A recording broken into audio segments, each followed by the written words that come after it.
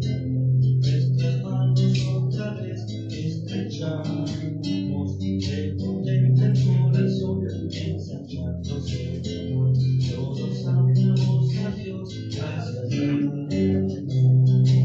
Gracias, Señor, por el privilegio que es alabarte, que es exaltarte. Sean bienvenidos todos a este lugar, los que han dispuesto su tiempo,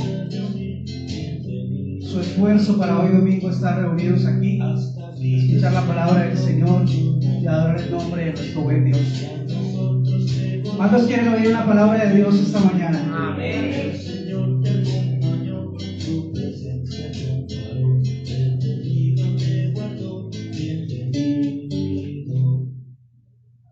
Gloria a Dios. Vamos a ir al libro de Samuel, por favor. Primera de Samuel, o primero de Samuel, depende como lo quieras ver. Primera, si nos referimos a la primera narración, y primero, si nos referimos al primer libro.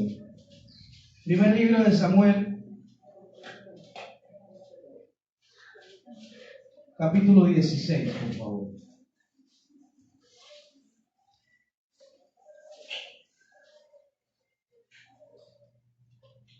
Primera de Samuel, capítulo 16. Y siguiendo en concordancia con los personajes bíblicos que hemos visto este año 2024, hoy la oportunidad es para un personaje bíblico muy importante. No vamos a predicar del personaje, vamos a predicar del Señor Jesús a través de este personaje. Es una persona que se menciona 1100 veces en la Biblia. Por algo será. Vamos a ver de quién se trata. ¿Quién sabe ya de quién se trata?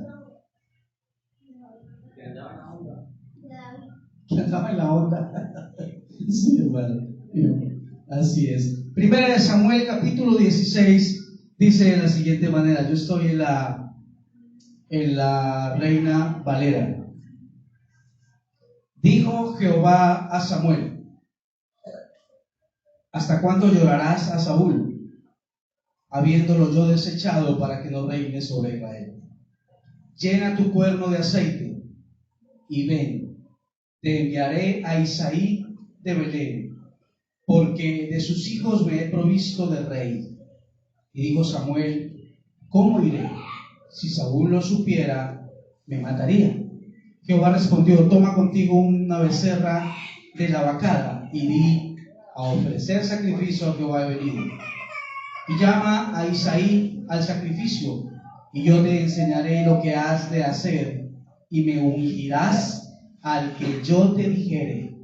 Hizo pues Samuel como le dijo Jehová, y luego que él llegó a Belén, los ancianos de la ciudad salieron a recibirle con miedo y dijeron: ¿es pacífica tu venida?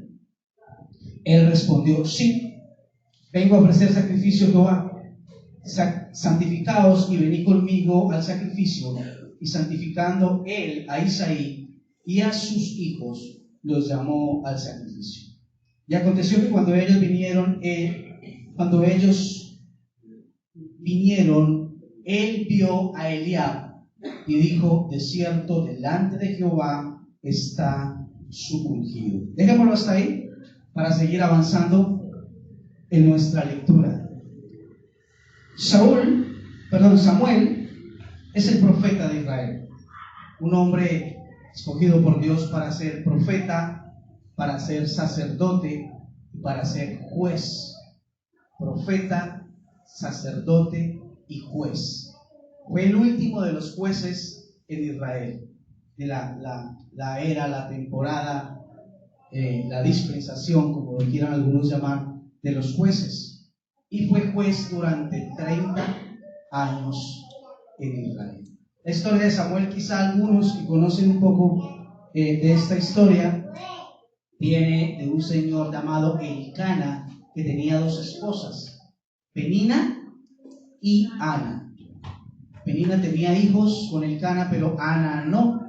Entonces Ana vivía triste, aparte de que Penina era un poquitico cansona, molestaba mucho a Ana por la situación de que no tenía hijos. Y Ana clamó al Señor y clamó al Señor en su aflicción, y el Señor le dio un hijo. Y ella dijo: si tú me das un hijo, yo lo voy a dedicar solamente para ti. Y le dio un hijo, efectivamente. El Señor escuchó a Ana, escuchó su clamor, escuchó su oración. Y cuando nació el niño, Ana le puso Samuel, que significa Dios escuchó, o Dios escucha el clamor, o Dios responde. Y Ana lo dedicó al Señor. Fue y lo entregó, apenas lo destetó, dice la historia de Samuel, lo entregó al templo, a Elí, creo que era, no sé si lo digo. Sí, el sacerdote Elí, al sacerdote Elí, para que allí se levantara este hombre Samuel. Era un hombre muy reconocido en Israel, juez durante 30 años, profeta y sacerdote. Tenía esas tres funciones. Y ahora Dios le había adjudicado una funcioncita más: ungir a los reyes de Israel. Porque Israel dijo: queremos un rey, así como todas las naciones de la tierra, queremos un rey. Cuando tenían jueces, el Señor dijo: bueno, les voy a dar un rey. El primer rey que les dio fue el rey Saúl. ¿Y quién lo ungió? Samuel. Pero Saúl tenía todo para ser rey, pero desobedeció al Señor, y el Señor le quitó el reinado a Saúl. Y ahora el Señor dice: Samuel, aliste su cuernito con aceite, porque me he provisto de otro rey para él. Este es Saúl, ya pasó, y ahora vamos a buscar un hombre que tenga el corazón conforme a mi corazón para ser el segundo rey de Israel. Y esa es la escena que acabamos de leer acá. Entonces, hay esa escena de los reyes se narra en Primera de Samuel, Segunda de Samuel, Primera de Reyes y Segunda de Reyes, o Primero de Reyes. Son cuatro libros que en el Antiguo Testamento, lo que se llamó la Septuaginta, que es cuando se traducen los libros del Antiguo Testamento al griego, ahí solamente se llamaba el libro de Reyes, y estaba reunido ahí esos cuatro libros: los dos libros de Samuel y los dos libros de Reyes, que narraban desde que Samuel entrega sus 30 años como juez, desde el primer rey de Israel hasta la división del reino. No sé si usted sabía que el reino de Israel se dividió en dos reinos. Primero fue el rey Saúl, estaban unidos como Israel. Después fue el rey David, que es el que vamos a ver esta mañana. Y después fue el hijo del rey David, que fue el rey Salomón. Y después de Salomón se armó la grande, y el reino de Israel quedó dividido en dos: uno que se llamó Israel del norte, o la casa de Israel del norte, y otro que se llamó Israel del sur, o la casa de Judá. Eso hasta Babilonia, fue una historia ya muy reciente, hasta el primer imperio sobre la tierra que se tomó a Israel como esclavo. Dos reinos, la casa de Judá y la casa de Israel. Por eso después de reyes usted va a comenzar a ver que se habla de dos reyes de Israel: uno que llama la casa de Judá y otro que llama la casa de Israel. O sea, una nación dividida en dos. Por eso la Biblia tiene profetas que profetizan a la casa de Israel. Usted piensa que está todo Israel, y luego se encuentra con profetas que profetizan a la casa de Judá. Entonces es porque había una división en el reino. ¿Qué más les cuento a manera de introducción? Que este señor David, del que vamos a hablar hoy, en donde empieza la historia, cómo Samuel lo va a ungir, reinó desde el 1010 a.C. hasta el 970 a.C. Entonces, la historia viene, antes de Cristo, la historia viene de más a menos, se vienen contando los años. Y después de Cristo, se van contando los años a partir del año 0 de Cristo a más. O sea, hoy estamos en el año 2024 después de Cristo. O sea que la historia solamente tiene 2024 años. No, de ahí para atrás hay 3.500, 4.000 años más, según la antropología, según la historia del carbono 14. Gracias. Entonces, vamos a seguir avanzando. Dato curioso. Samuel reinó 30 años. Saúl reinó 42 años. Pero llegó al reino, llegó a nombrarse como rey cuando tenía 30 años de edad. 30 años de edad. David también se urge en el momento que estamos leyendo la palabra, pero hasta que no cumple los 30 años, no llega a ser rey. Y el Señor Jesucristo inicia su ministerio a los 30 años de edad, ¿no? Segunda de Samuel 5:4 dice que David empezó su reinado a los 30 años, y Lucas 3:23 dice que Jesús empezó su ministerio a los 30 años. Uy, pastor, ¿por qué a los 30? Está bueno para el chance. No tiene nada cabalístico, ni místico, ni así de extraño como para ir a revisar la numerología, aunque hay una ciencia que se llama la cábala, estudia todos los números de la Biblia y encuentran lo que quieren. Lo que sucede es que a los 30 años, según la psicología y según Sigmund Freud, es la edad donde ya un hombre, una persona, entra en su etapa de madurez. Es maduro. Pero qué curioso que los jovencitos de 16, 15 y 17 años se casaban a esa edad, ¿no? ¿Le parece curioso? Se supone que nos debemos casar cuando estamos en una etapa de madurez y que sabemos qué queremos y para dónde vamos y todo eso que nos han dicho. Pero no, en la cultura judía los muchachos de 15, 16 y 17 años ya tenían sus papás, sus padres ya le tenían su esposa vista para ese matrimonio, ¿no? Y se considera que a los 30 llegaban a la madurez, ¿no? Conseguían mujer y la mujer los hacía madurar. ¿Amén o no amén? Amén. 30 años. Bueno, qué curioso que hay hombres que a los 30 años todavía no son maduros. Todavía con cositas extrañas, con cositas de inmadurez. Para tomar en cuenta, hombres y mujeres. ¿Qué querrá decir entonces ser una persona madura? Yo no sé si alguien ha definido eso, ¿no? Me imagino que habrá una definición, pero querrá decir como alguien que está en el punto. ¿En el punto de qué? Que tiene una lectura clara de las cosas, que tiene una lectura clara de su vida, que tiene una lectura clara de quién es él mismo, de cuáles son sus cualidades, sus defectos, y que tiene una lectura clara de quién está rodeado, y que tiene una lectura clara de cómo debe comportarse ante cada situación. Yo creo que eso definirá, puedo equivocarme a ligeros rasgos, lo que es entrar en una etapa de madurez. ¿Nos falta sí o no? Ay, si nadie dice amén. Seguimos.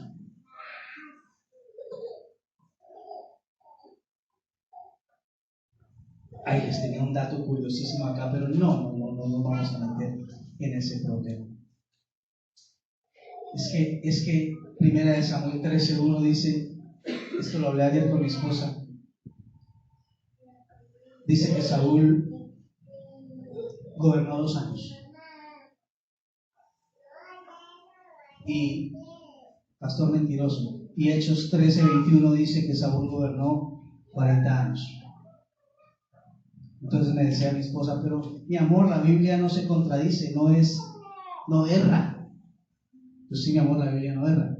Y fuimos y nos dimos un paseo por allá, por la Septuaginta y los traductores, y luego nos dimos un paseo por unos señores que llamaron los masoretos, que eran copistas y copiaban traducciones de la Biblia. Y luego nos fuimos a 1947 en Qumran. ¿Se han escuchado los libros del Mar Muerto? 927 rollos se encontraron allí en Cisjordania, para entender que la traducción bíblica no fue un dictado de Dios. No es que Dios le dijo a Samuel, a ver, mijo, lápiz y papel, a ver, apunte ahí. Y entonces David, y entonces el rey, y entonces, no. Es una inspiración divina. Es una inspiración, no una copia textual. no una copia literal. Lo que es inspirado en la Biblia es el mensaje de Dios, es el que no erra, es inerrante, que no falla, que no se contradice el mensaje de Dios. ¿Qué pasa si vemos que en la Valera dice que Saúl gobernó 2 años, pero en la PDT o en otra dice que gobernó 40 y en otra dice que gobernó 42? Falló la Biblia, pastor. Si ve, la Biblia se equivoca. Los copistas se pueden equivocar en las transliteraciones de los textos, pero el mensaje de Dios no es que Saúl gobernó 40, ni 30, ni 22, ni 2. El mensaje de Dios es que el Señor escogió a Saúl, lo ungió como rey, lo respaldó mientras estuvo obediente, y cuando desobedió al Señor, le quitó el reinado y se lo dio a otro. Es el mensaje inspirado por Dios cuando Samuel escribe que un copista masorético en el 500 al 1000 después de Cristo puso 2 años, y un copista de los 72 sabios 200 años antes de Cristo, cuando se reunieron en la Septuaginta a copiar del hebreo al griego, puso 40, y Lucas en los Hechos puso 42. No afecta el mensaje de Dios ni la inspiración de Dios.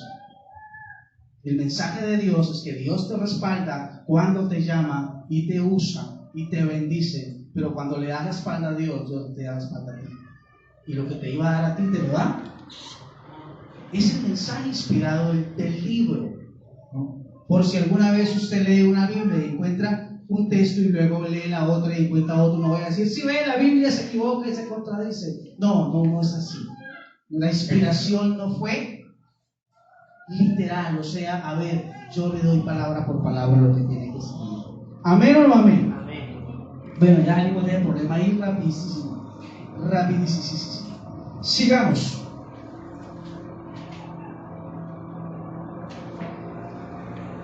Y dijo Jehová a Samuel: ¿hasta cuándo llorarás a Saúl, habiéndolo yo desechado, para que no reine más sobre él? Samuel amaba muchísimo a Saúl, lo amaba profundamente, lo ungió como rey, el primer rey de Israel, y estaba muy dolido y muy triste en su corazón porque Dios le había quitado el reino a Saúl. Porque Dios lo exhorta y le dice: ¿y usted todavía llorando por ese man? ¿Hasta cuándo llorarás a Saúl, habiéndolo yo desechado, para que no reine sobre Israel? Cuando usted, no sé si a alguien aquí le ha pasado, teníamos una relación tóxica, amorosa, de esas largas como bombril que nunca se acababa, pero que no iban para ningún lado, y orábamos: Señor, haz algo, Señor, únenos, y nada. 1 año, únenos 2 años, arréglanos 10 años, y nada. Y cuando todo se acabó, hoy sí lloramos: ay, Señor, no estaba orando que le ayudara. Así está aquí, Señor. ¿Hasta cuándo llorarás a Saúl? ¿Hasta cuándo seguiremos lamentándonos por situaciones que ya pasaron? ¿Ya? ¿Qué dice el dicho? El pasado pisado. No traigas a memoria las cosas viejas, las cosas pasadas. De aquí yo hago cosas nuevas, dice el Señor, de modo que el que está en Cristo nueva criatura es. Y las cosas viejas, ¿qué? Pasaron. Las viejas pasaron, sí, las viejas esas pasaron. Llena tu cuerno de aceite y ven, te enviaré a Isaí de Belén. Isaí es el papá de David. Porque de sus hijos me he provisto de rey. ¿Qué le dijo que llenara el cuerno? ¿De qué? ¿Para qué es el aceite? Para ungir. ¿A quiénes? ¿A los hermanos de la iglesia? A los reyes. A los reyes. Para ungir las paredes de la iglesia, para ungir el negocio, el carro. Porque de sus hijos me he provisto rey. Y dijo Samuel: ¿cómo iré? Si Saúl se da cuenta que voy a ir a ungir al que lo va a desbancar, me mata. Si Saúl lo supiere, me mataría. Jehová respondió, toma contigo una vez. Ah, no, fresco. Coja una becerra y diga que usted va a ir a hacer un sacrificio. Ay, el Señor mintió. Tomó consigo una becerra de la vacada y di a ofrecer sacrificio a Jehová he venido. Y llama a Isaí al sacrificio y yo te enseñaré lo que has de hacer. Y me ungirás al que yo te dijere. No dice me ungirás al que a usted le parezca. Me ungirás al que yo te diga. Hizo pues Samuel como le dijo el Señor, y luego que él llegó a Belén, los ancianos de la ciudad salieron a recibirle con miedo. ¿Cómo? Con miedo. ¿Por qué le tenía miedo al profeta? Los profetas son los más de chéveres, nos profetizan prosperidad, nos profetizan que nos va a ir bien, los profetas nos profetizan que nos va a salir la visa para los Estados Unidos, los profetas nos profetizan que el negocio va a salir bien, mejor dicho. A mí un día un profeta me profetizó que me iba a casar el 2 de junio, como el 2012. No, lo conté. El problema era que no tenía novia en ese momento. ¿Por qué le tenía miedo al profeta? ¿Qué creen ustedes? Porque hablaba de parte de Dios. Y muchas veces lo que traía era juicio. No venía a decirles, así dice el Señor, el negocio que estás pensando, decía, arrepentidos o pereceréis. El juicio de Dios está sobre ustedes, hijos del diablo. Arrepiéntanse, generación perversa, víboras. ¿Quién no le iba a tener miedo cuando veíamos ahí en la loma que venía el profeta para el pueblo? Juicio de Dios va a venir, diluvio, inundación, fuego y granizo, ceniza del cielo, como a Sodoma. ¿Habrá una diferencia entre los profetas de Dios y los profetas de hoy? Grande, ¿no? La Biblia dice que el que profetiza hoy, profetiza para edificación, para exhortación y para consolación. No profetiza el futuro.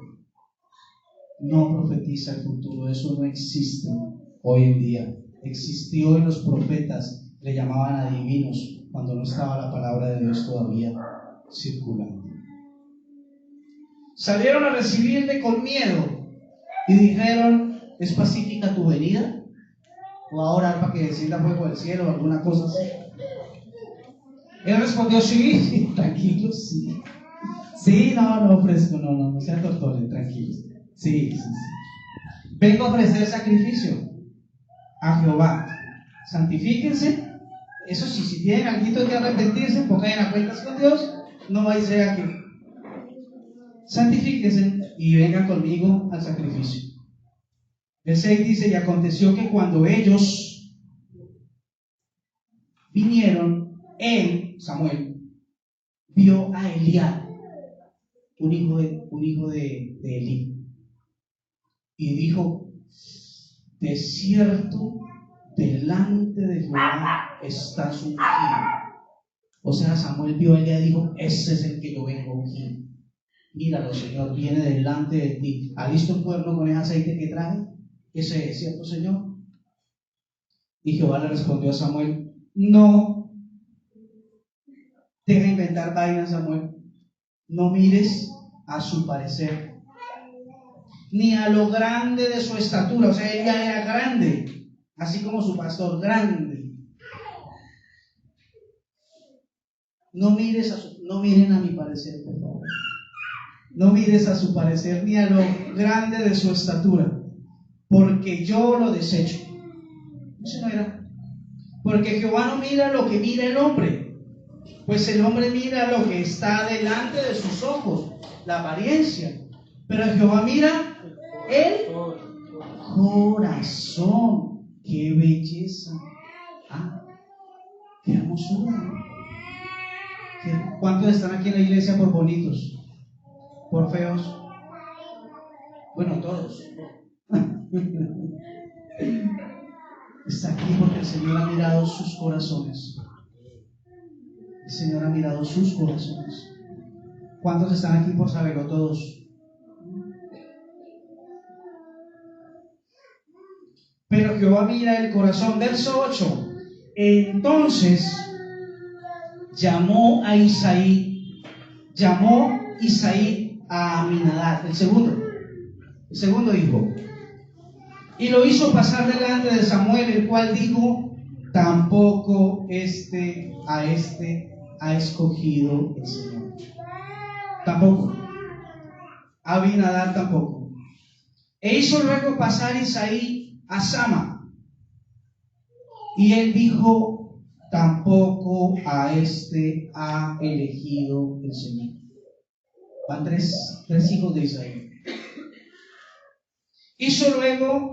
Hizo pasar Isaí 7 hijos suyos delante de Samuel, pero Samuel dijo a Isaí: Jehová no ha escogido a ninguno de estos. Grave. Le diría a Samuel: bueno, perdí el tiempo, Señor. No era alguien parecido a Isaí.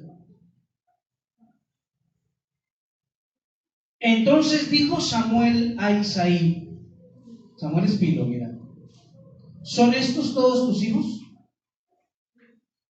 Y él respondió: no, se me había olvidado uno, me queda uno. Sí. ¿Cómo me voy a olvidar el mocoso de Sola? Sí, tengo otro profeta, sí.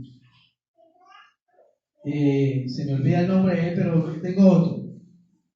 Queda aún el menor, que apacienta las ovejas.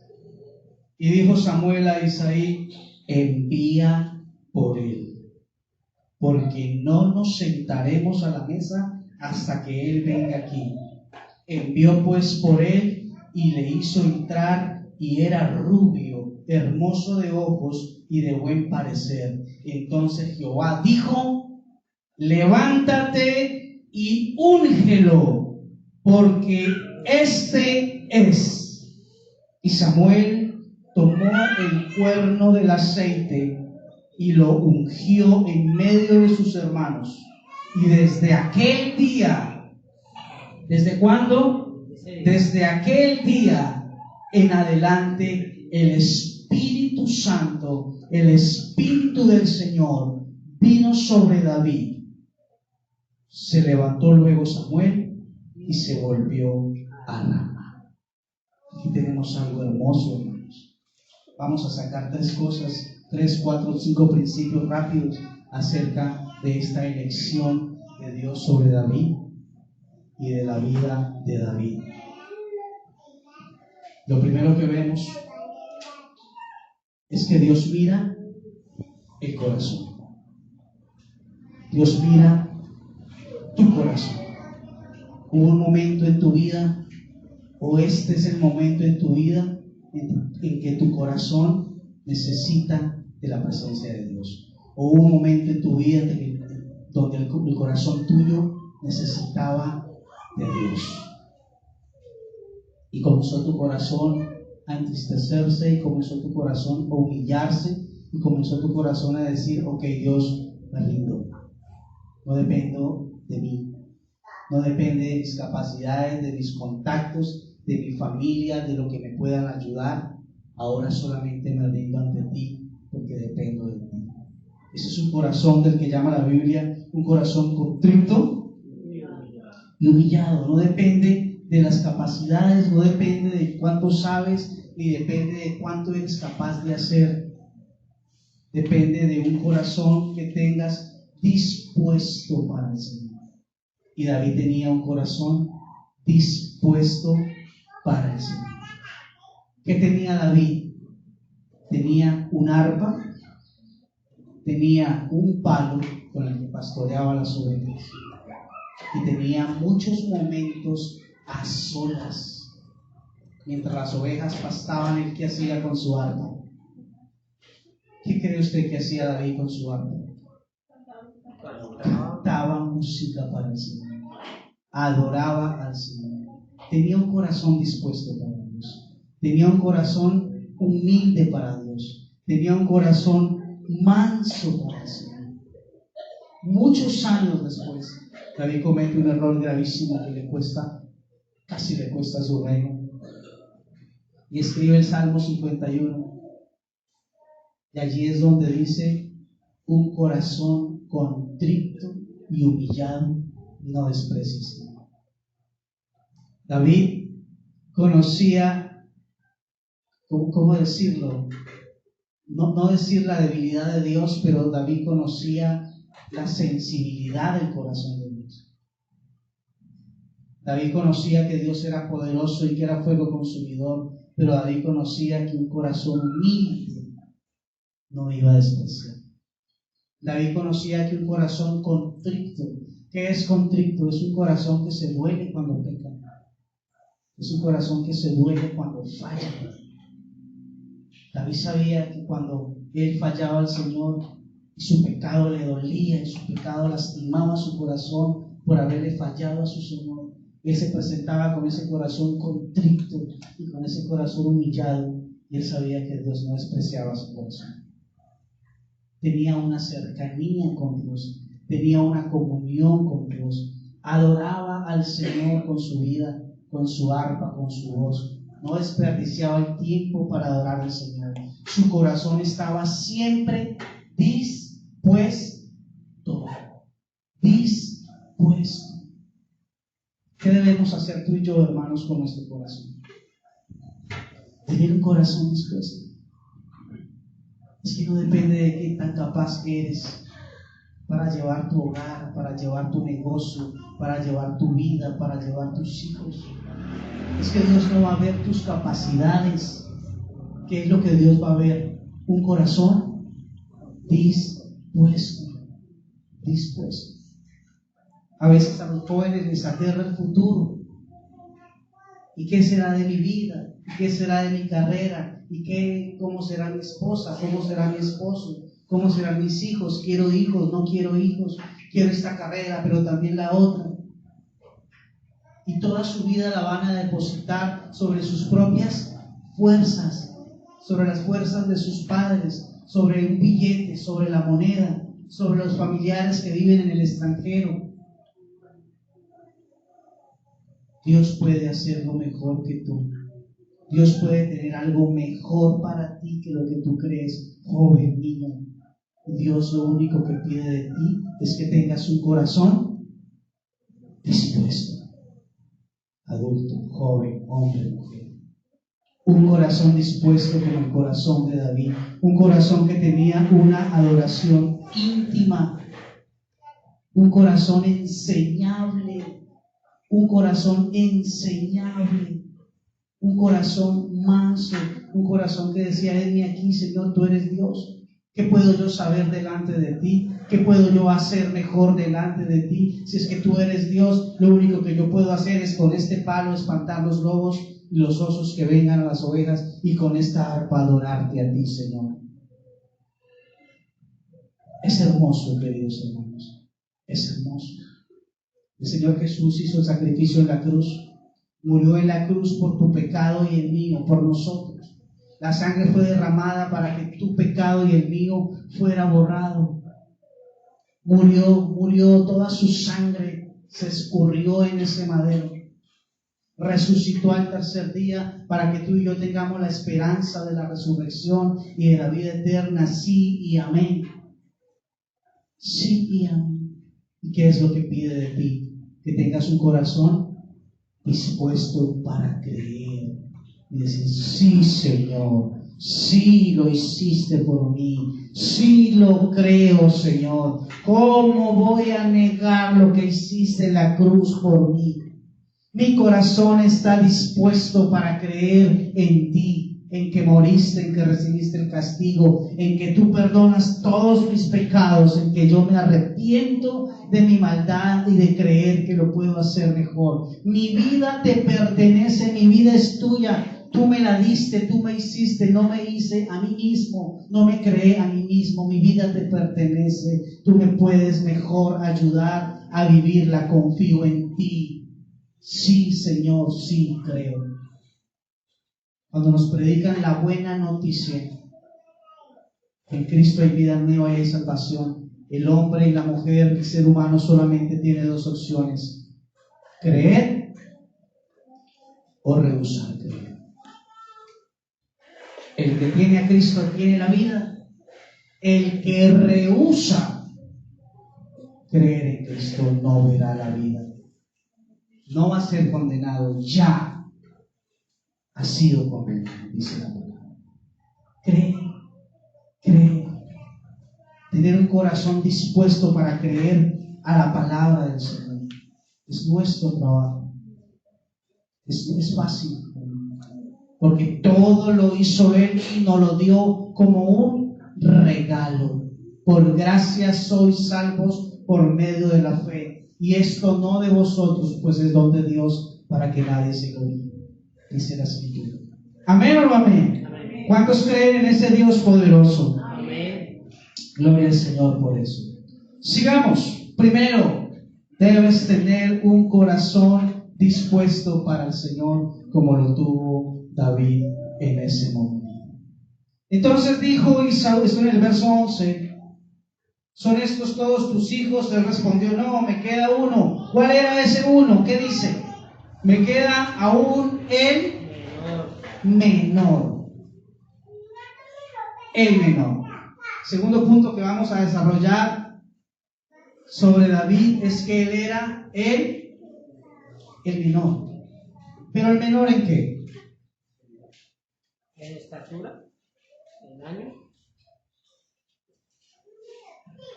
No solamente era el menor en edad, era el allá, el escuincle, el mocoso. Cuando leemos más adelante la Biblia lo vamos a encontrar que era el que no se acordaban de él. Pues iban a sentarse a comer y se les olvidó. El despreciado, el chiquito, el pequeño, el insignificante, el ese. Ah, sí, me queda uno. Me olvidé. Me quedaba uno, como no. Y que también come. Sí. ¿Será que lo invitamos a comer también? El pequeño, el último, el despreciado, el rechazado. Vamos a ver cómo sus hermanos lo rechazan. Su familia. El que no tiene donde caerse muerto. El que nadie creía en él. El de menos posibilidades. El sin esperanza. ¿Ha visto que Dios llama a personas así? Que son los más pequeños de su familia. Los que nadie cree en él. Todos son doctores, licenciados. Y el único cristiano es el vicioso, el que era vicioso. Todos aparentan grandes cosas y todas las mujeres empericolladas se creen de mejor sociedad, y Dios llamó a la ramera de la familia, la que nadie tenía una esperanza en ella, donde nadie tenía una esperanza en él, al pequeño, al menospreciado, al vicioso, al sin esperanza, al de menos posibilidades, al David, al olvidado. Esa forma de Dios operar, esa forma de Dios compadecerse de los menos favorecidos, compadecerse del atado, del arruinado, del dolido, del corazón quebrantado, del corazón humillado, del de sin esperanza. Eso es hermoso. Eso habla del corazón de Dios de una forma maravillosa. Eso habla de su amor, de su dolor por los suyos, de aquel que ha intentado una y otra vez, de aquel que ha sido rechazado una y otra vez, de aquel que ha sido perseguido una y otra vez, de aquel que ha sido el insignificante de la familia, de aquel que intentaron abortar, de aquella que su papá y su mamá lo regalaron, los entregaron a una tía, a una abuela. Dios se compadece en misericordia de esos y nos toma y nos llama como llamó a David. Qué precioso el corazón del Señor, ¿no? Hermoso. Primera de Corintios 1:28. Primera de Corintios, el que lo tenga, ayúdenos con un amén. Primera de Corintios. Amén. ¿Qué dice, hermano? Y lo vil del mundo, y lo menospreciado escogió Dios, y lo que no es, para deshacer lo que es. Gracias, hermana. Amén. Lo vil del mundo. Nos llama de lo vil no para que sigamos siendo viles, sino para ahora hacernos su pueblo, su nación, su real sacerdocio, su pueblo escogido. Lo vil del mundo. Y mire lo que dice enseguida. Y lo menospreciado escogió Dios. ¿Cuántos aquí han pasado por menosprecio? Amén. Hemos pasado por menosprecio, donde nos han visto como lo poco, como lo insignificante, como lo menos, como las personas de menos valor en nuestra familia, por X y por Y circunstancia. Eso es lo que escogió Dios. Dios te ha escogido de allá, como escogió a David, de detrás del estiércol, del rabo de las vacas y de las ovejas. De lo vil del mundo escogió Dios para avergonzar a lo fuerte. Y lo vil del mundo y lo menospreciado escogió Dios, y lo que no es, para deshacer lo que es, a fin de que nadie se jacte en tu presencia.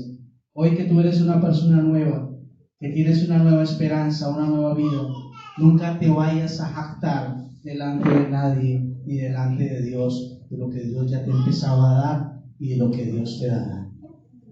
Debes siempre mantener un corazón humilde y manso y decir: esto lo hizo el Señor por mí, porque yo era un despreciado y un desechado, era lo menos de la familia, lo menos de mi cuadra. Nadie quería juntarse conmigo y nadie nunca vio el valor que tenía mi vida, pero Dios lo vio y me llamó en esa condición. Tuvo misericordia de mí y me llamó, así como llamó al insignificante David. Qué precioso, ¿no? Qué hermosa la Escritura. Gracias al Señor que nos ha llamado y nos ha traído de menos a más. Versículo 13. Y Samuel tomó el cuerno del aceite y lo ungió en medio de sus hermanos, a David. Y desde aquel día en adelante, el Espíritu del Señor vino sobre David. Se levantó luego Samuel y se volvió a Ramá. Desde aquel día en adelante, vino el Espíritu de Dios. ¿Sobre quién? David. Sobre David. Mi querido hermano, Dios le ha llamado, Dios le ha escogido, le ha sacado de lo vil, le ha sacado de lo menos, le ha sacado de su condición de menosprecio, donde usted no valía nada para los demás, y ha puesto sobre usted lo más grandioso y maravilloso que hay sobre toda la faz de la tierra. Se llama su presencia. Se llama el Espíritu Santo. Lo ha puesto sobre usted. Lo ha puesto sobre usted, ¿sabe desde cuándo? Desde el día que usted creyó. Desde el día que usted dijo: sí, creo. Desde el día que usted no rehusó a creer al Evangelio y a la obra de Dios en la cruz. Desde ese día, dice Efesios 1:14, hemos sido sellados por el Espíritu Santo de la promesa desde el día que creímos. Eso es precioso. Esa es la razón por la cual tú hoy estás en este lugar, porque creíste el Evangelio y porque Dios te selló. Ahora le perteneces. Y ese sello es el Espíritu Santo. Ese sello es las arras, el adelanto, la garantía de que tu vida está sellada para la eternidad en su presencia. Qué hermosa la palabra, ¿no? Qué hermoso es el Señor, cómo trabaja en nosotros. Versículo 14. ¿Quién lo quiere leer, por favor?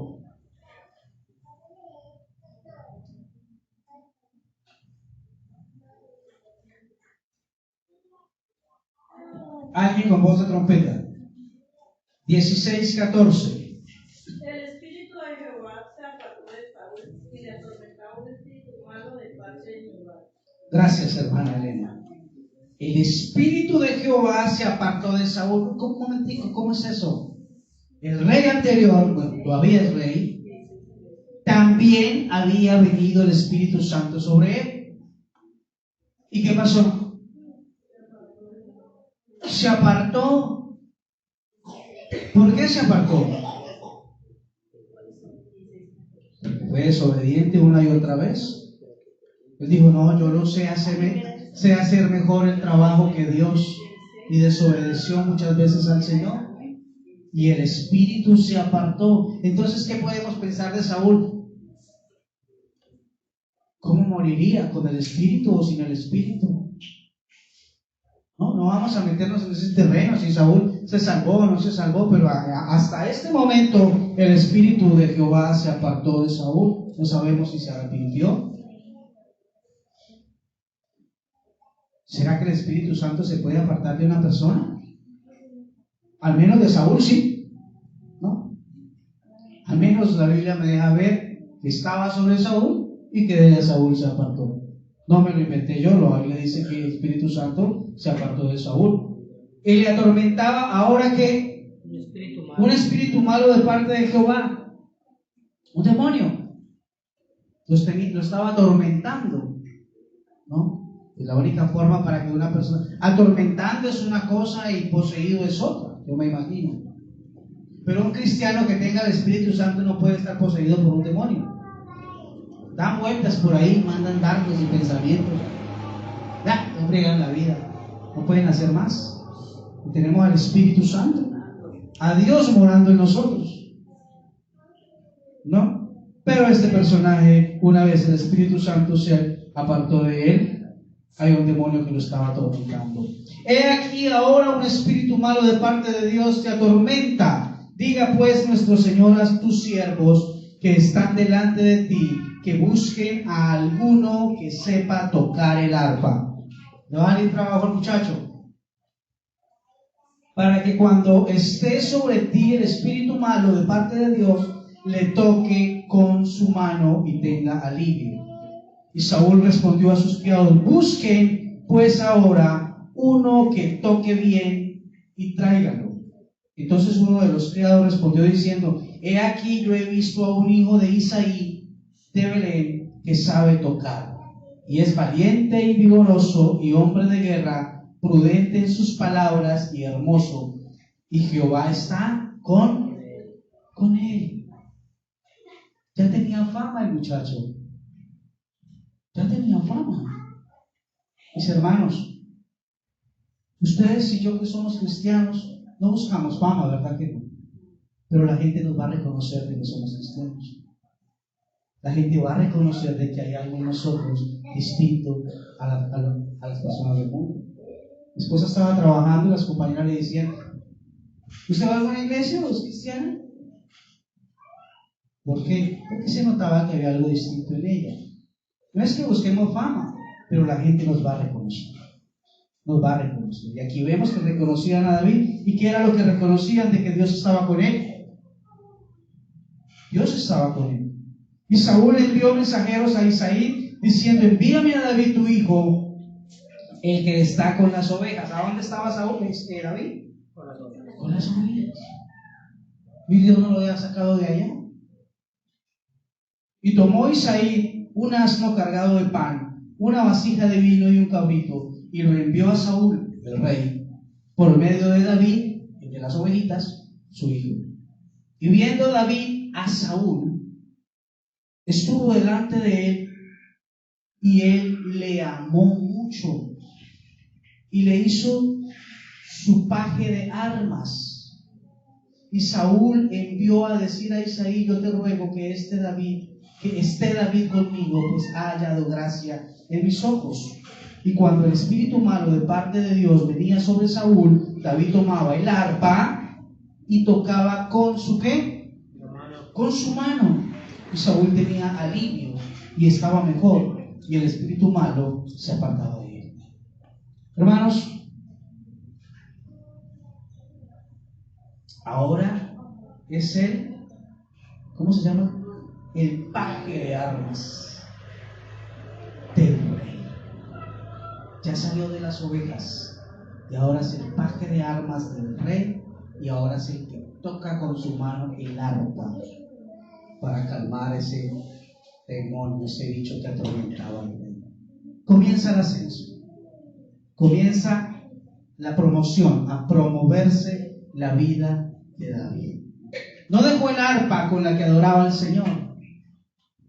Con esa misma arpa, ahora delante del rey, está tocando con sus manos para Dios.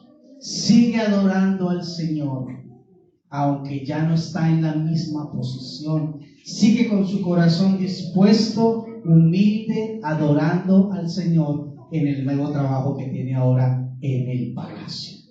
Casi nada, pero usa sus manos.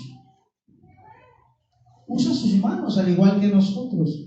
Dios nos ha sacado de un lugar y allí adoramos al Señor. Dios nos ha promovido a nuevos lugares, a nuevos estatus. Ahora nuestras relaciones de pareja han cambiado, nuestra relación madre-hijo, hijo-madre, nuestra relación laboral, etcétera, etcétera. Hay cosas que han sido transformadas y ya hay cosas que hoy no son como eran antes. Y seguimos adorando al Señor con lo que tenemos, no con lo que no tenemos. Adoramos al Señor con lo que hay. Con lo que hay. Servimos al Señor con lo que hay. Tengo tercero primaria, sirva al Señor con lo que supo hasta tercero primaria. Tengo un arpa, adore al Señor con el arpa. Sé cantar, adore al Señor con el canto. No sé hacer nada, pero sé ofrendar, ofrende al Señor. No sé predicar, pero sé enviar mensajes por WhatsApp. Hágalo, lo que tiene en su mano, lo que el Señor ha puesto en su mano, adore al Señor. Adore al Señor. Y no deje de hacerlo, porque el Señor le va promoviendo de lugar en lugar. Siga adorando al Señor.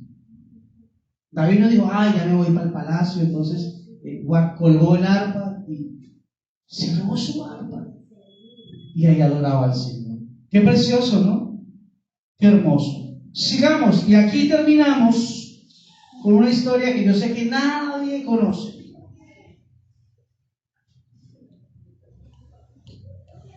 Capítulo 17. David mata a Goliat. ¿Han escuchado esa historia? David mata a Goliat. Los filisteos juntaron sus ejércitos para la guerra, los enemigos de Israel, y se congregaron en Soco, que es de Judá, y acamparon entre Soco y Aseca, en Efes Damim. Capítulo 17, versículo 2. También Saúl y los hombres de Israel se juntaron y acamparon en el valle de Ela, y se pusieron en orden de batalla contra los filisteos. Y los filisteos estaban sobre un monte a un lado, e Israel estaba sobre otro monte al otro lado, y el valle entre ellos. Salió entonces del campamento de los filisteos un paladín, el cual se llamaba ¿cómo? Goliat. ¿De dónde era? De Gat. Y tenía de altura 6 codos y 1 palmo. 2 metros con 97, casi 3 metros de alto. Y traía un casco de bronce en su cabeza. ¿Qué traía en la cabeza? Casco. Y llevaba una cota de malla, o sea, una camisa. Y era el peso de la cota 5,000 ciclos de bronce. O sea, no sé cuánto sería de peso. Sobre sus piernas traía grebas de bronce. ¿Traía qué? Grebas, no sea grosero, eran grebas lo que traía sobre sus piernas. De bronce, o sea, unas canilleras. ¿De qué se ríe, hermana Sevilla? Unas canilleras sobre sus piernas, altas, hasta arriba de las piernas. Y jabalina de bronce entre sus hombros. El asta de su lanza era como un rodillo de telar y tenía el hierro de su lanza 600 ciclos de hierro, e iba su escudo delante de él. Estaba armado hasta los dientes, estaba protegido este gigante Goliat. Y se paró y dio voces a los escuadrones de Israel, diciéndoles: ¿para qué os habéis puesto en orden de batalla? ¿No soy yo filisteo y vosotros los siervos de Saúl? Escojan entre ustedes a un hombre que venga a pelear contra mí. Si él puede pelear conmigo y me vence, entonces nosotros seremos sus siervos, sus esclavos. Y si yo pudiere más que él y lo venzo, ustedes serán nuestros esclavos y nos servirán. Y añadió el filisteo: hoy yo he desafiado al campamento de Israel delante de un hombre. Dadme un hombre que pelee conmigo. Oyendo Saúl y todo Israel estas palabras del filisteo, se turbaron y tuvieron que la pasaban con miedo. Y David era hijo de aquel hombre efrateo de Belén de Judá, cuyo nombre era Isaí, el cual tenía 8 hijos, y en el tiempo de Saúl este hombre era viejo, de gran edad entre los hombres. Y los 3 hijos mayores de Isaí, ¿se acuerdan cuáles eran? Habían ido para seguir a Saúl en la guerra. Los 3 grandes estaban allá en la guerra. Y los nombres de los 3 hijos que habían ido a la guerra eran Eliab, el primogénito, el segundo Abinadab y el tercero Sama. Y David era el menor. Siguieron pues los 3 mayores a Saúl. Pero David había ido y vuelto, dejando a Saúl para apacentar las ovejas de su padre en Belén. No descuidaba las ovejas, iba y volvía. Venía pues aquel filisteo por la mañana y por la tarde, y así lo hizo durante ¿cuánto? 40 días, desafiando al pueblo de Israel. Decía: tráigame uno que pelee conmigo. Y dijo Isaí a David, su hijo: toma ahora para tus hermanos una efa de este grano tostado y estos 10 panes, y llévalo pronto al campamento de tus hermanos. Y estos 10 quesos de leche le llevarás al jefe de los 1000, el comandante, y mira si tus hermanos están buenos, y toma prendas de ellos. O sea, lo mandó como un mensajero: vaya a la batalla, vaya, mire cómo están sus hermanos, si están vivos, denles esta comidita, estos panes, para que cobren aliento en la batalla, y tráigame un pedacito, una prenda de ellos, para yo saber de que usted sí los encontré y que están vivos. Además, salí con mentiras, es que los mataron y usted no me quiere contar. No. Y Saúl y ellos y todos los de Israel estaban en el valle de Ela, peleando contra los filisteos. Se levantó pues David de mañana, y dejando las ovejas al cuidado de un guarda, ¿se dejó las ovejas solas? No. Ay, Dios mío. El Señor, el buen pastor, deja las 99 aseguradas, ¿sí o no? Y se va por la oveja perdida. ¿Amén o no amén? ¿Se va por la qué?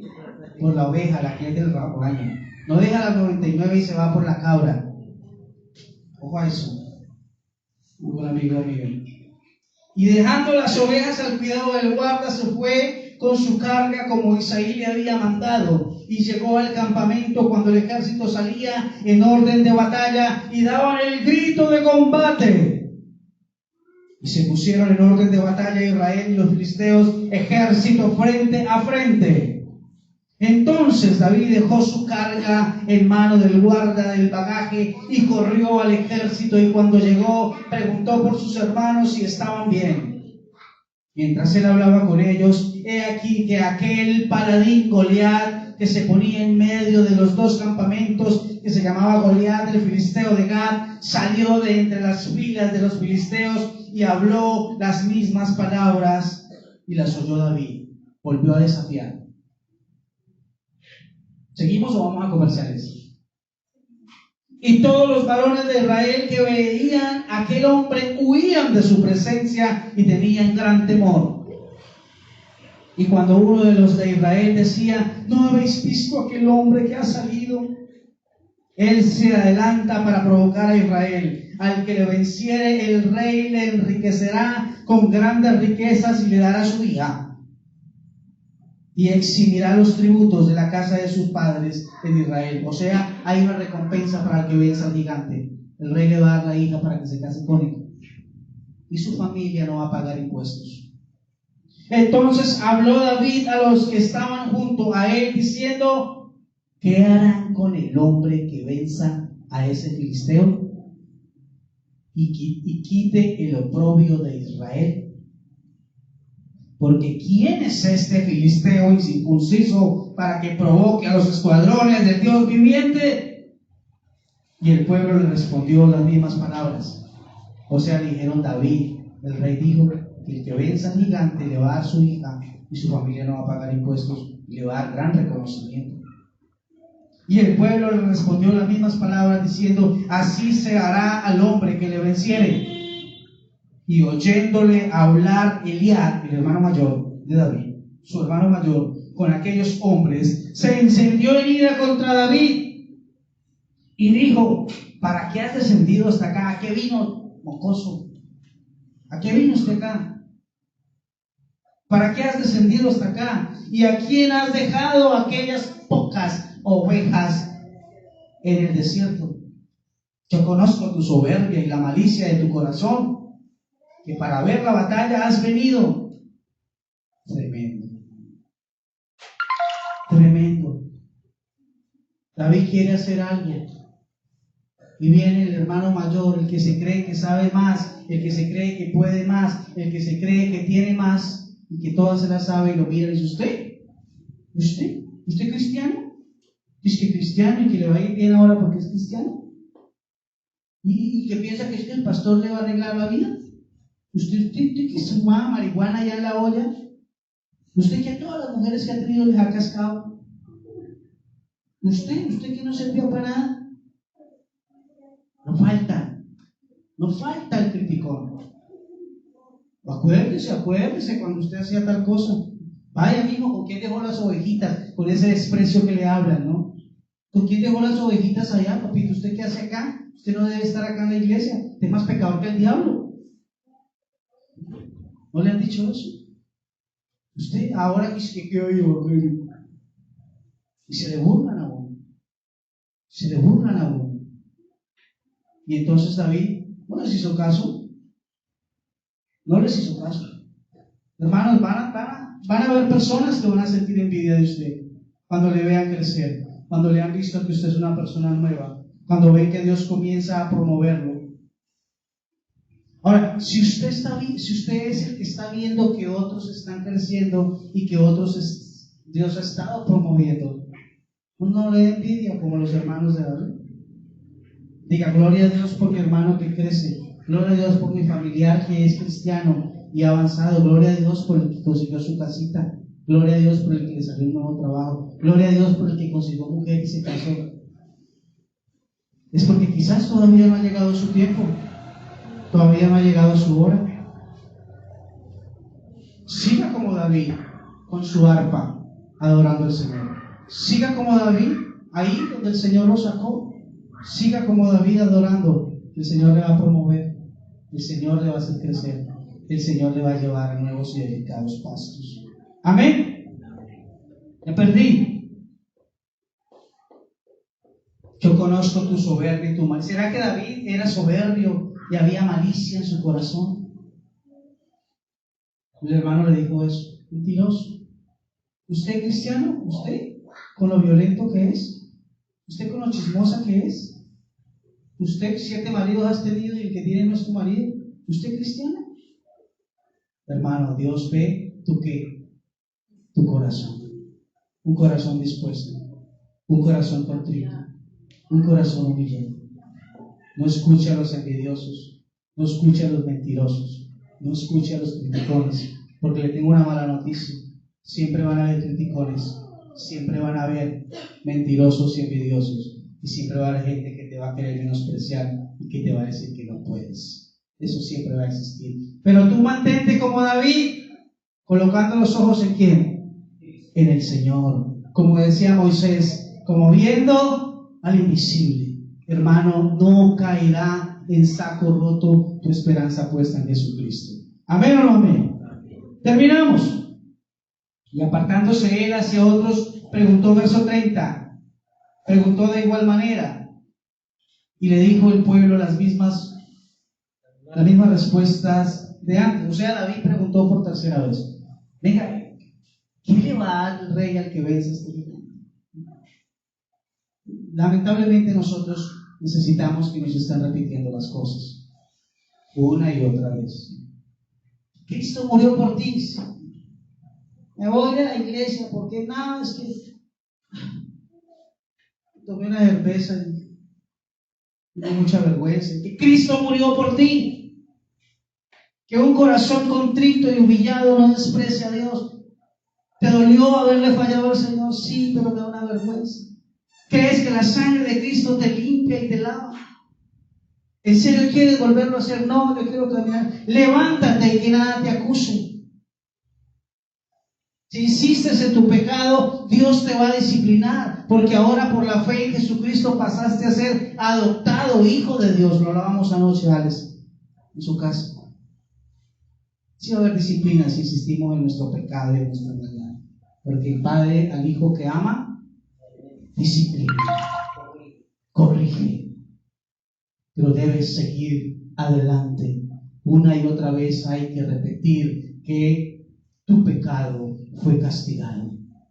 Una y otra vez hay que repetir que un corazón contrito y humillado Dios no desprecia. Una y otra vez hay que repetir que hay esperanza en Jesucristo. Una y otra vez hay que repetir que la sangre de Cristo nos limpia de todo pecado. Siempre se va a repetir eso en la iglesia del Señor. Amén. Por tercera, cuarta vez le repitieron a David. ¿Dónde voy? 32. Y dijo David a Saúl: no desmaye el corazón de ninguno a causa de él. Tu siervo irá y peleará contra este filisteo. Dijo Saúl a David: no podrás tú ir contra aquel filisteo para pelear con él, porque tú eres muchacho y él un hombre de guerra desde su juventud. Mis hermanos, cuando tú te miras a ti mismo, es probable que tú te digas: no podré, lo he intentado, no podré salir de la droga, no podré salir del alcohol, no podré salir de mi ira, no podré salir de aquello que me detiene en avanzar, no podré salir de esta y otra situación. No podré, porque a veces nosotros mismos miramos es nuestra apariencia y miramos es nuestra capacidad, pero no es en nuestra fuerza, no es en nuestra apariencia y tampoco es acerca de que los demás opinen de mí si puedo o no. Es tu fe y tu confianza en el que te llamó aún cuando eras un despreciado y un desechado. Es tu fe y tu confianza en el Dios que sí puede, porque Él es el que pone el querer y te da el poder para que lo hagas. ¿Cuántos tienen esa confianza en ese Dios? Amén. No podrás, le dijo, no, tú eres un muchacho, ese tipo es grande, es un guerrero, tiene una armadura, pobre de ti. David respondió a Saúl: tu siervo era pastor de las ovejas de su padre, y cuando venía un león o un oso y tomaba algún cordero de la manada, salía yo tras él y lo hería y lo libraba de su boca. Y si se levantaba contra mí, yo le echaba mano de la quijada y lo hería y lo mataba. Fuese león, fuese oso, tu siervo lo mataba, y este filisteo incircunciso, hijo de Beelzebú, será como uno de ellos. Lo dijo de Beelzebú, se lo puse yo. Porque ha provocado al ejército del Dios viviente. Ha provocado al ejército del Dios viviente. Añadió David: Jehová, que me ha librado de las garras del león y de las garras del oso, Él también me librará de la mano de este filisteo. Dos cosas rápido ahí. Si Dios me ayudó en unas situaciones bien complicadas, ese mismo Dios que me sacó de la droga, que me sacó del fracaso, que me sacó de las situaciones difíciles, ese mismo Dios en que yo confío es el que me va a sacar de lo que venga. Eso es lo que está diciendo David.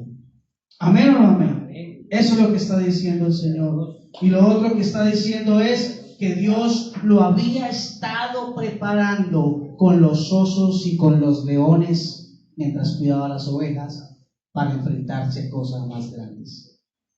Dios lo había estado preparando. Dios nos ha estado preparando a ti y a mí con situaciones difíciles de la vida, donde Dios nos ha ayudado a vencerlas, porque vienen situaciones que vamos también a enfrentar, pero que también vamos a vencer en el nombre del Señor. ¿Amén o no amén? Amén. 38. Saúl visitó a David con sus ropas. Sigamos más adelante, vamos en el 40. Y tomó su cayado en su mano y escogió 5 piedras listas del arroyo y las puso en su saco pastoril, en el zurrón que traía, y tomó su honda en su mano y se fue hacia el filisteo. Y el filisteo venía andando, acercándose a David y su escudero delante de él. Y cuando el filisteo miró y vio a David, le tuvo en poco. Le tuvo en poco. Así como nos han tenido en poco. Porque era muchacho y rubio y de hermoso parecer. Y dijo el filisteo a David: ¿soy yo perro para que vengas a mí con palos? Y maldijo a David por sus dioses. Dijo luego el filisteo a David: ven a mí, y daré tu carne a las aves del cielo y las bestias del campo. Entonces dijo David al filisteo: tú vienes a mí con espada y con lanza y con jabalina, mas yo vengo a ti en mis fuerzas, con todo el desprecio que me han dado los demás. Yo vengo a ti en el nombre de Jehová de los ejércitos, el Dios de los escuadrones de Israel, a quien tú has provocado. Jehová te entregará hoy en mi mano, y yo te venceré y te cortaré la cabeza, y daré hoy los cuerpos de los filisteos a las aves del cielo y a las bestias de la tierra, y toda la tierra sabrá que hay Dios en mi vida. Fue Él el que me llamó de poco a más. Y sabrá toda esta congregación que Jehová nos salva con espada y con lanza, porque de Jehová es la batalla, y Él os entregará en nuestras manos. Y aconteció que cuando el filisteo se levantó y echó a andar para ir al encuentro de David se dio prisa y corrió la línea de batalla contra el filisteo, y metió David su mano en la bolsa, tomó de allí una piedra, la tiró con la honda e hirió al filisteo en la frente, y la piedra quedó clavada en la frente y cayó sobre su rostro en tierra. Así venció David al filisteo con honda y piedra, e hirió al filisteo y lo mató sin tener David espada en su mano. Entonces corrió David y se puso sobre el filisteo, y tomando la espada de él y sacándola de su vaina, lo acabó de matar y le cortó con ella la cabeza. Y cuando los filisteos vieron a su paladín muerto, huyeron. Mis hermanos, David dijo en el verso 46: Jehová te ha entregado hoy en mi mano, y yo te voy a cortar la cabeza. ¿Cómo sabía David eso? ¿Sabe qué hacía David con su arpa? Adoraba al Señor en la intimidad. Había una comunión de David con el Señor. Y no fue allá con espada a vencer al gigante. Fue allá con la confianza que tenía en el Señor. Mis hermanos, si Dios te llamó y te ha traído de menos a más, sigue confiando en el Señor. No vas en tus fuerzas. No importa qué te digan. Sé fiel. Sé fiel. Sé fiel al Señor. El Señor te va a llevar de menos a más. Confía, el Señor te ha llamado. El Señor es el que te ha venido transformando. David fue contra ese gigante no porque él tuviera las fuerzas, no tenía ni siquiera una espada. En la intimidad ya el Señor le había mostrado cómo lo iba a vencer. Él tenía la seguridad de que el Señor estaba con él. Él tenía la seguridad de que el Señor lo había ungido como rey. ¿Cómo Dios iba a perder? Imagínense a David atravesado por la espada de Goliat. Si hacía un tiempo atrás Dios había ungido a David como rey de Israel, entonces Dios así manicruzado allá rascándole la cabeza. Perdimos, Samuel, mataron al que ungimos. Hermanos, Dios no pierde. Si Dios te ha llamado, estás seguro. Si Dios te ha llamado, estás segura y confiada que te va a seguir llevando de menos a más. Solo sé fiel. Adora al Señor, cree al Señor, ten un corazón dispuesto al Señor, prepárate en el Señor, obedece al Señor. Tienes un corazón dispuesto, es lo que el Señor necesita para seguirte levantando y para seguirte promoviendo de menos a más. ¿Cuánto le dan un aplauso al Señor por esta palabra? Gloria a ti, Señor Jesús. Póngase sobre sus pies, por favor, vamos a adorar al Señor. Póngase sobre sus pies.